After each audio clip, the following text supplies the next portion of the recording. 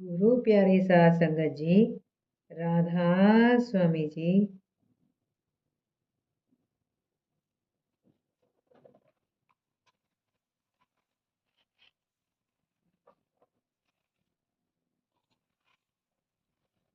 दुनिया के राज्य का मोल गुरु से गुरु ही मांग लीजिए, क्योंकि जब वह आपको ये बख्शिश कर देते हैं तो फिर उनके साथ ही सारी चीज़ें मिल जाती हैं। महाराज सावन सिंह जी। इब्राहिम अदम ने कुछ वर्ष अपने सतगुरु कबीर साहिब के चरणों में रहकर सेवा की और फिर उनका आशीर्वाद प्राप्त करके उनकी आज्ञा लेकर आप बुखारा आ गए। परंतु अब वह बादशाह नहीं बल्कि एक फकीर के तौर पर लौटे थे। एक दिन बादशाह दजला नदी के किनारे बैठा गुदड़ी सी रहा था। उसका वजीर शिकार खेलता खेलता उधर आ निकला। अब 12 साल में शक्ल बदल जाती है, कहाँ बादशाही पोशाक, कहाँ फकीरी लिबास। तो भी वजीर ने उसे पहचान लिया और पूछा, आप बादशाह इब्राहिम अदम हो? जवाब मिला, हाँ। वजीर बोला कि देखो, मैं आपका वजीर हूँ। आपके जाने के बाद मैंने आपके बच्चों को तालीम दी, शस्त्र विद्या सिखाई, पर कितना अच्छा हो कि आप अब फिर मेरे बादशाह हो और मैं आपका वजीर।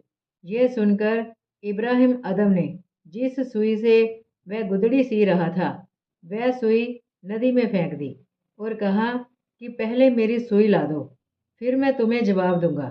वजीर कहने लगा कि मुझे आधे घंटे की मोहलत दें, मैं आपको ऐसी लाख सुइयां ला दूंगा। बादशाह ने कहा कि नहीं, मुझे तो वही सुई चाहिए। वजीर ने कहा, ये तो नामुमकिन है, इतना गहरा पानी बह रहा है, वह सुई नदी में नहीं मिल सकती। बादशाह बोला कि तुम कुछ नहीं कर सकते और वहीं बैठे हुए तवज्जो दी। एक मछली सुई मुंह में लेकर ऊपर आई। इब्राहिम अदम ने कहा कि मुझे तुम्हारी इस बादशाही को लेकर क्या करना है। मैं अब उस बादशाह का नौकर हो गया हूँ जिसके अधीन सारे खंड ब्रह्मांड कुल कायनात है। अब मैं वह नहीं जो पहले था।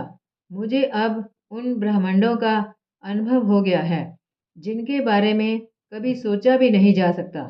जैसे तुम मुझे वह सुई वापस लाकर नहीं दे सकते, ऐसे ही तुम उस बादशाह को मुझ में नहीं पा सकते।